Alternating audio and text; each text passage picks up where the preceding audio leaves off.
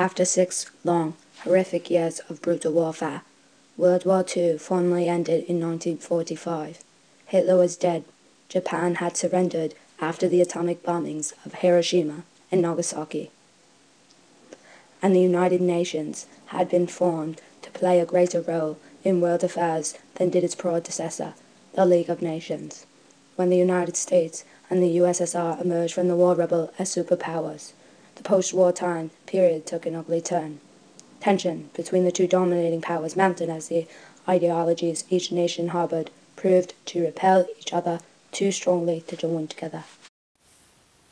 The funny thing is that, while World War II was finally over and everyone was ecstatic with relief that the nightmare had finally ended, things weren't going to become totally flatline and peaceful. World affairs still greatly affected Americans at home, especially with the crumbling state of our relationship with the Soviets, transitioning from post-war to Cold War. By 1946, British Prime Minister Winston Churchill had introduced the Iron Curtain. The Iron Curtain was a concept which became a symbol for the Cold War in its portrayal of the vision of Europe that was resulting from a bitter clash between ideologies. In the East lay the Soviet-dominated communist countries, and in the West lay the democracies, led by the United States.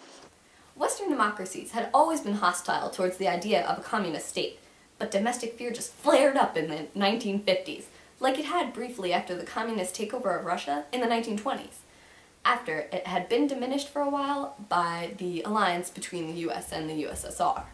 This time of hostility between the superpowers generated great worry in the hearts of United States citizens that the people who sympathized with communism within the nation posed a serious threat to the national security. While much of the nervousness was due to the Soviet activities that aimed to expand the communist grip.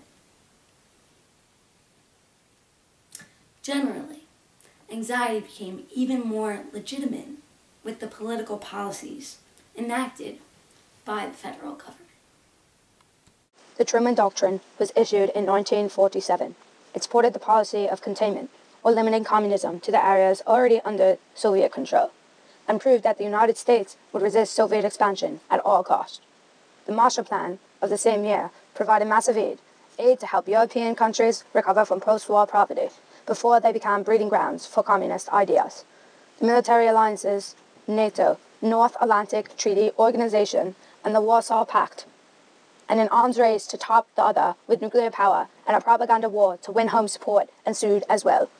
This time of overwhelming anti-communist feeling in the United States became known as the Red Scare of the 1950s.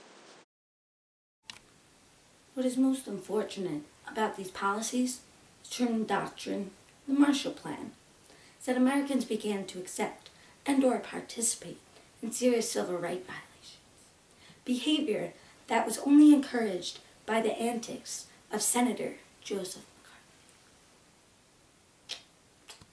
The Red Scare included a period from 1950 to 1954, often referred to as the McCarthy era, which is debated even today for being so controversial. Born in 1908 to a struggling Irish family on a farm in Appleton, Wisconsin, Joseph R. McCarthy would have become a farmer had he not pulled together enough intelligence and charm to go to college and be elected to stay. On February 9, 1950, the Republican United States Senator delivered a speech to a small Republican gathering in Wheeling, West Virginia, that would spark anti-communist hysteria. In my opinion, the State Department, which was one of the most important government departments, is thoroughly infested with communists, McCarthy said. He claimed to have the names of 205 communist traitors in office.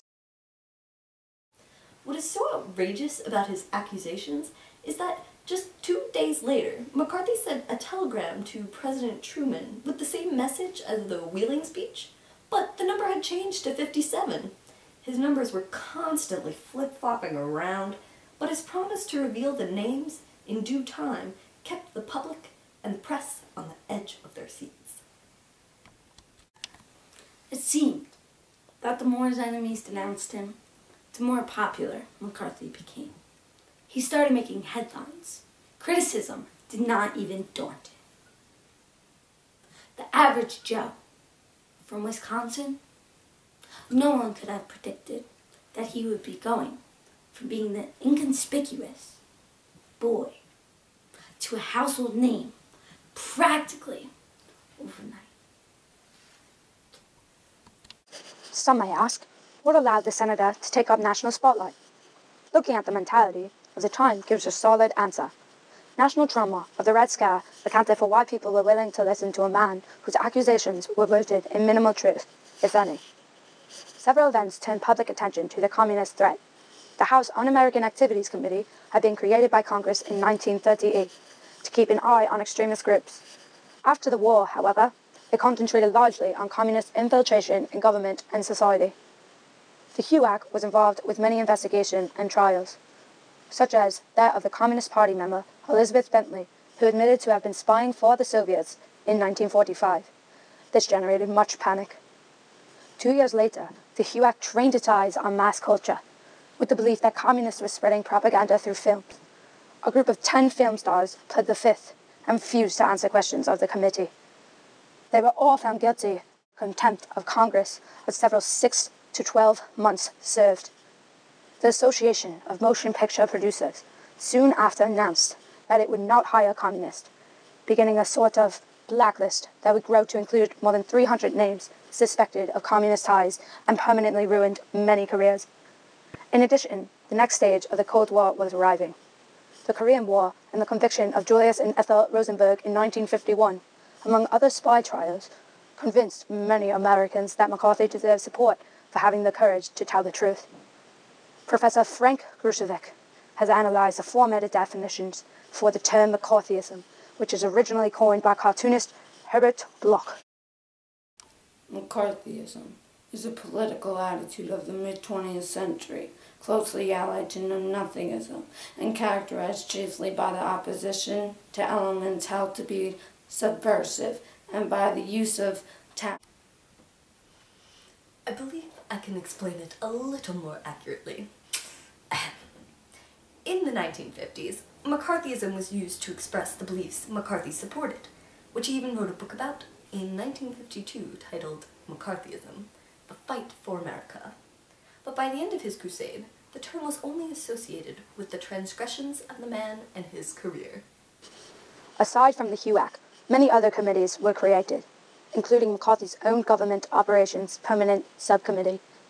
Many councils publicized the work, augmenting paranoia.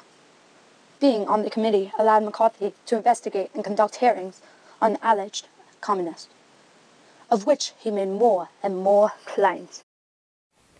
Even simply being associated with Joe McCarthy was enough to ruin someone's career permanently, which happened quite a lot. In 1954, McCarthy was appointed chairman of the Senate Rules and Administration Committee.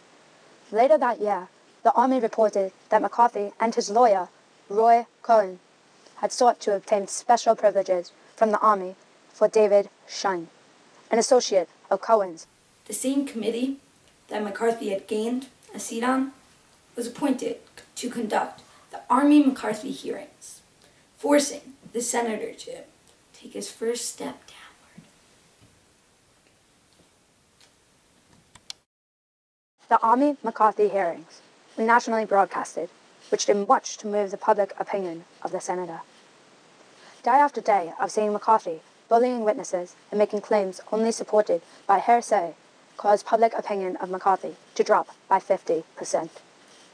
Though McCarthy was cleared of charges, the Senate voted to strip McCarthy of chairmanship of his committee, thus taking away his power to investigate alleged communists.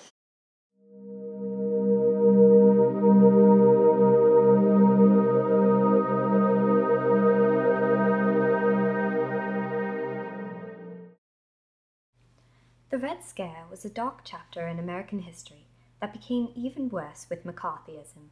Supporters of McCarthy's crusade saw it as necessary to act because the communist danger was real and present. As writer and former communist Max Eastman put it, "We are dealing with conspirators who try to sneak in the Moscow-inspired propaganda by stealth and double talk."